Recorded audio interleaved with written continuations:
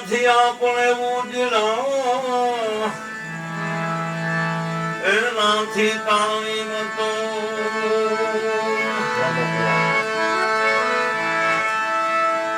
આછી તલાવલી બગલા ઘણા આશરે આવ્યો એક હંસ ગર્વ કર્મા તલાવલી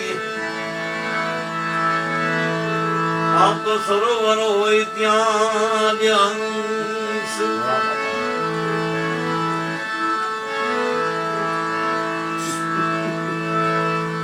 પ્રથમ અક્ષર પ્રહલાદ જીએ જાણ્યો હરિચંદ્ર તારા રોહિદાસે વખાણ્યો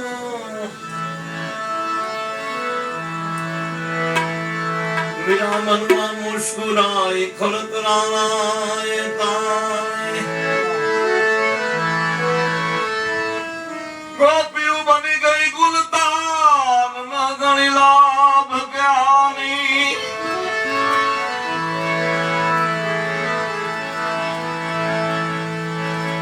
પડી થયા બે હાલ તોય પૂરો નો પરમાણ્યો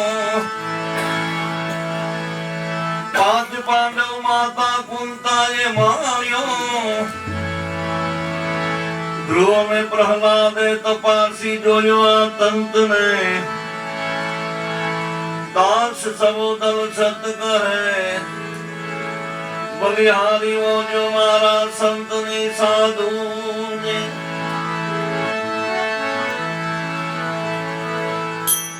બાપુ એક ભજન ની યાદી કરાવી છે અમારા નિયાણી બાપુ એટલે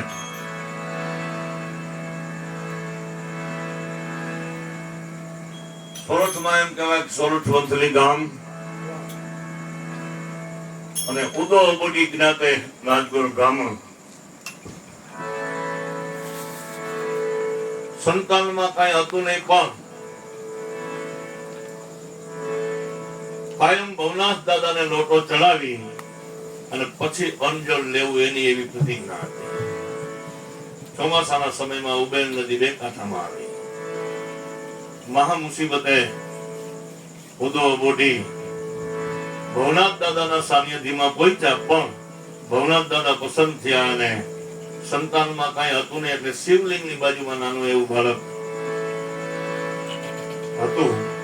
બાળકને હૃદય સામું ચાપી અને ઉદો બોડી ગામ સોરઠ મંથલીમાં લાવે છે.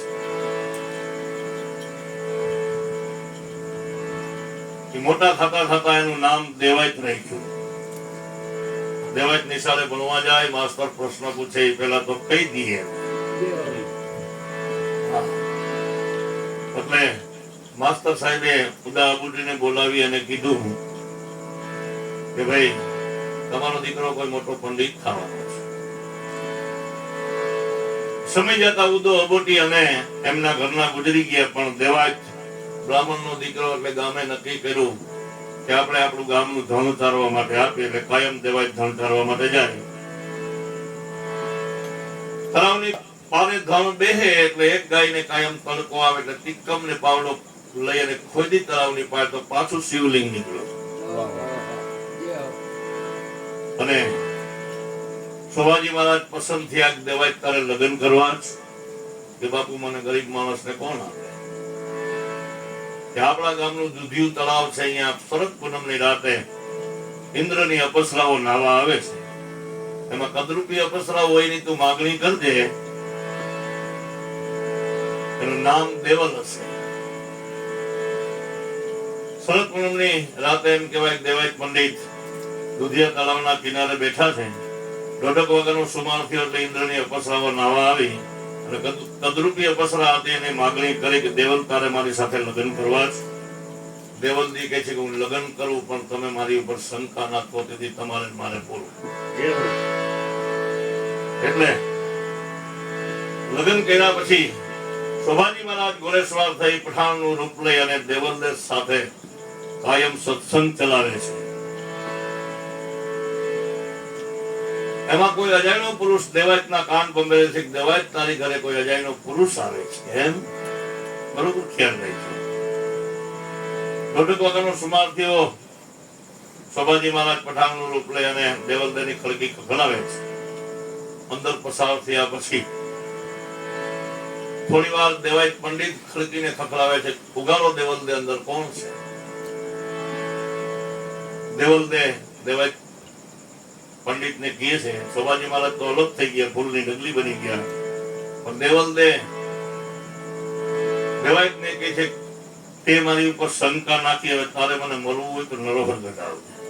મુંબઈમાં અમે ભજન ગાતા હતા ને, એક ભાઈએ કીધું કે આ ભજનનો ઉલ્લેખ તમને આવડે છે, તમે વેપાર કરો છો, ભાગે ભલા કા ભારી, અને આ પૈસા તમે લ્યો, આમાં કઈ જાણો છો? દરેક ભજનીકને જાણવું જરૂરી છે. હા, માલ વેચો, કોઈ કરિયાણાની દુકાન હોય, એની ખાંડ આપણે લઈ ગયા, આપણે પૂછી કે ખાંડ ક્યાં થાય, તો એને કેવું જ પડે કે વેરાવળ પાસે ઓડીનાથમાં પડે. માલ ક્યાંથી આવ્યો, કેનો છે, એની ખબર તો બધી પૂરી. ત્યારે શું કે છે? ક્યાં ગયા દેવાલ દે નામ શંકા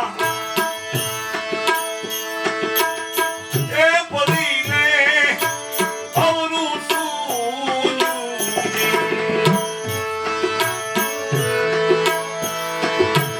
ક્યાં ગયા દેવાલ દે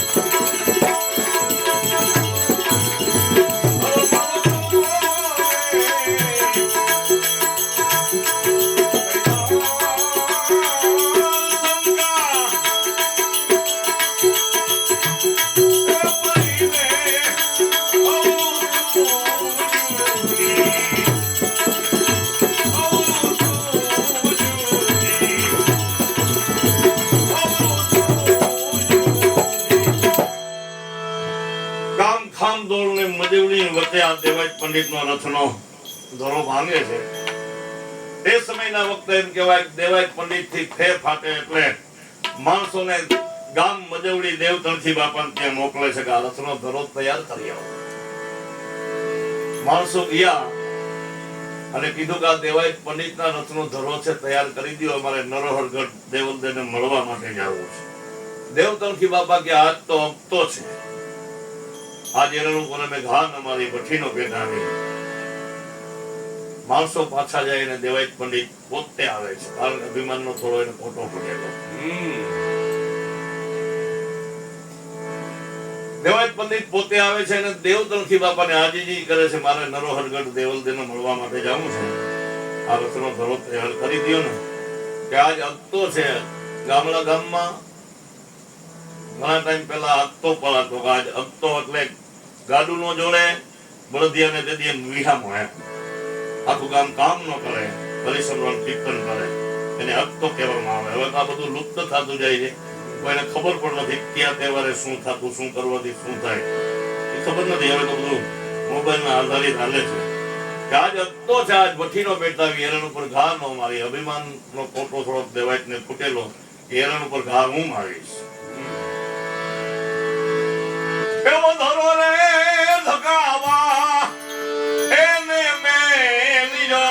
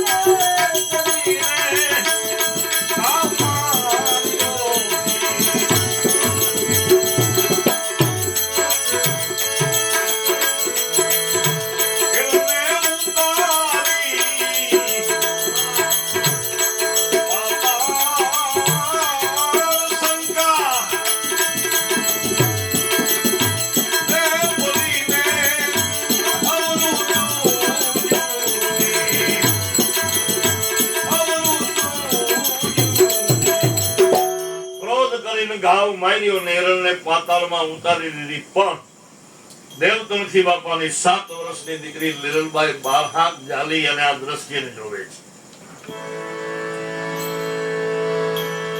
7 વર્ષની દીકરી લીલબાઈ દેવતણથી બાપાને કહે છે કે લાવો બાપુજી, આ દેવાજ પંડિતનો રથનો ધોરો હું તૈયાર કર્યો. એ ધરો ધગાવા લાલ હિંગળા જેવો કરી અને લીલબાઈ મૂક્યો ને ઘોટી ઉપર. ત્યાં તો દેવાજનું સર્વ અભિમાન ઉભરી ગયું. દેવાજ પંડિત 7 વર્ષની દીકરી લીલબાઈના પગમાં પડી ગયા અને કહે છે કે જોગમાયા, મારે નરોહરગઢ જવું છે, મને મારે બતાવો કે પંડિત તમારે નરોહરગઢ જવું હોય તો 750 ડગલા અંગારના આવે છે, પસાર કરીને તમારે જવું પડશે. માતાજી કેમ પસાર કરવા? કે 750 ચેલા છે ને, એક પછી એકને હુરાવીને માથે પગ દઈને આયલા જાવ. મારા જેવા ચેલા હતા ને, તો રાત કઈ થયું તોડી નાખીને કપાસી વાળા વૈદ્યુ ઢેકી આને 750 નહીં પડે તો પૂછજો, 14 નંબર માંથી વહી જાય.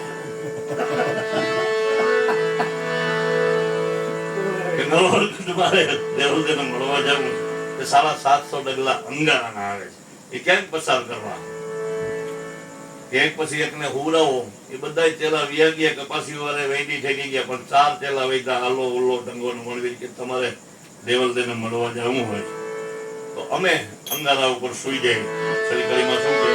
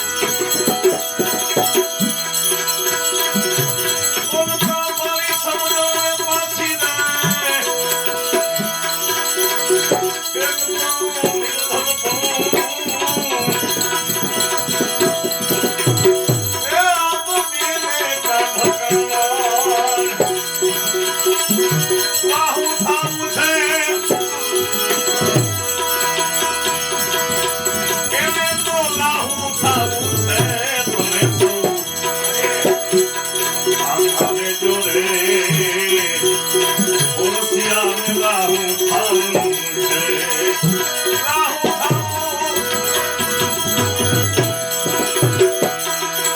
એ છે ને લાહુ થાવું છે તમે સૌ આખારે જોડે ઓરસિયાને લાહુ થાવું લાહુ થાવું લાહુ થાવું આમના દાદા મહાત્મા બેઠા એના વિદ્યારામ બાપુ મહાદેવના મંદિરે જઈ અને મહાદેવના મંદિરે ચંદન ઘસવાનો પાણો હોય ને ઓરસ્યું કહેવામાં આવે એમની કલમ આવે છે જો કે આ ભજન કોઈ ગાતું નથી અને આવડતું નહીં હોય આમાં ઓરસ્યો કેને કેવો માણસો અટલના બધા ઓરસિયા જેવા થઈ ગયા છે એટલે વિદ્યારામ બાપાનું ભજન મને યાદ આવી જાય રાહુ થાવું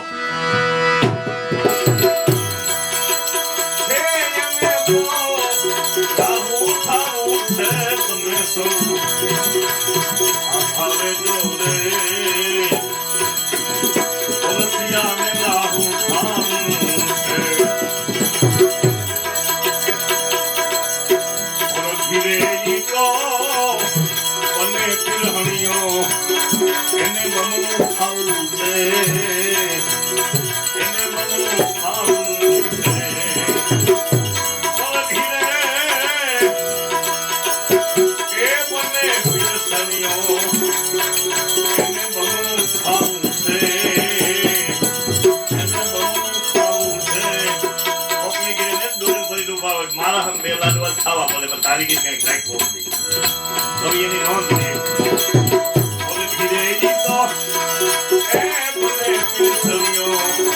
એને બમણું ખાવું છે એને બમણું ખાવું છે જો પોતાની ઘરે એ પલસન આવે તો જો પોતાની ઘરે પલસન આવે તો એને શીરો ખાવું છે તમે તો એના કોરિયાનો કે મોટા સમજ્યા શીરો કરનારો કે જો પોતાની ઘરે પલસન આવે તો એને શીરો ખાવું છે તમે સૌ આખારે જોડે આવો શિયાને લાહુ ખાવું છે લાહુ ખાવું હે ઓરસિયાને લાહુ ખાવું છે તમે સૌ આખારે જોડે ઓરસિયાને લાહુ ખાવું છે લખી મંડળીમાં જેનો એ માનતો એને પરાણે પ્રમુખ થાવું છે પ્રમુખ થાવું છે લખી મંડળીમાં બાપ એનું તો એને પ્રમુખ થાવું છે પ્રમુખ થાવું છે નફો મળે કે એ ખોઈને આવે તો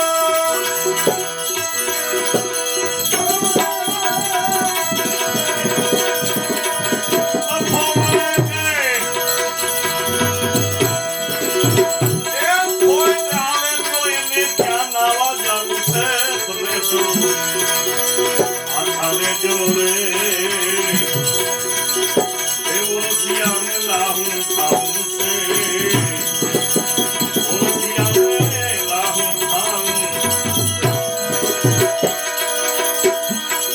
ખાવું છે